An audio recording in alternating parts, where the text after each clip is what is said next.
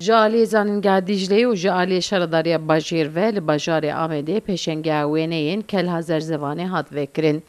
Pêşenge ji çil wêneyên ku ji kelha dema İmparatoriya Romayê hatine kişandin tê holê.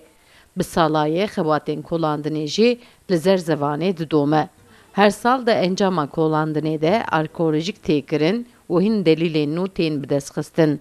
Her sal jî gelek geştyarên Ewropî serdana kelhê dikin. Lê vê carê ji bo ew kesên ku derfeta wan ê serdanê nîne, ji bo wan pêşenge hat vekirin.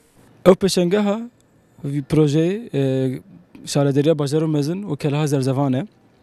Em dixwazin ki wî merivkî natibin kelha zerzevan nedîtin, biraber ev derê bibînin, em çi xebatê dikin, ev der çi çawa hene, em dixwazin ki ev jî werin bibînin êkî natine. Xebata zerzevan 2014 da dest pê kir û em hijî berdevan dikin, em gelek tiştê girîng derdixin xolê.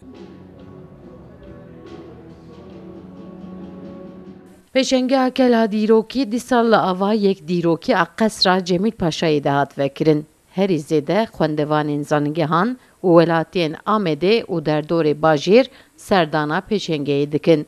Pêşenge wê li Ewropa û li bajarên din jî bête sazkirin. Çil hev fotoğraf hene, fotoğrafçı profesyonel jî hinek hene fotoğrafa kişandine, wan fotoğrafa jî anîtine, hinek fotoğraf hene em kişandinin.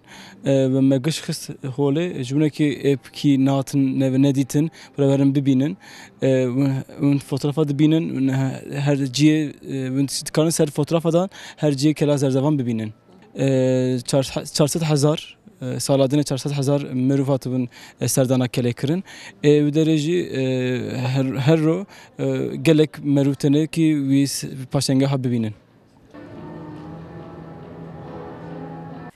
Hêjayê gotinê ku geştyarên ku serdana kelhê a ku bi zindî kirine sala borî 420,000 bûn.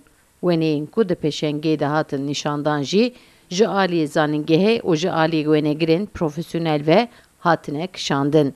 Pêşenge wê hefteyek vekirî bimîne. Sevda Kaplan, Kurdistan TV, Amed.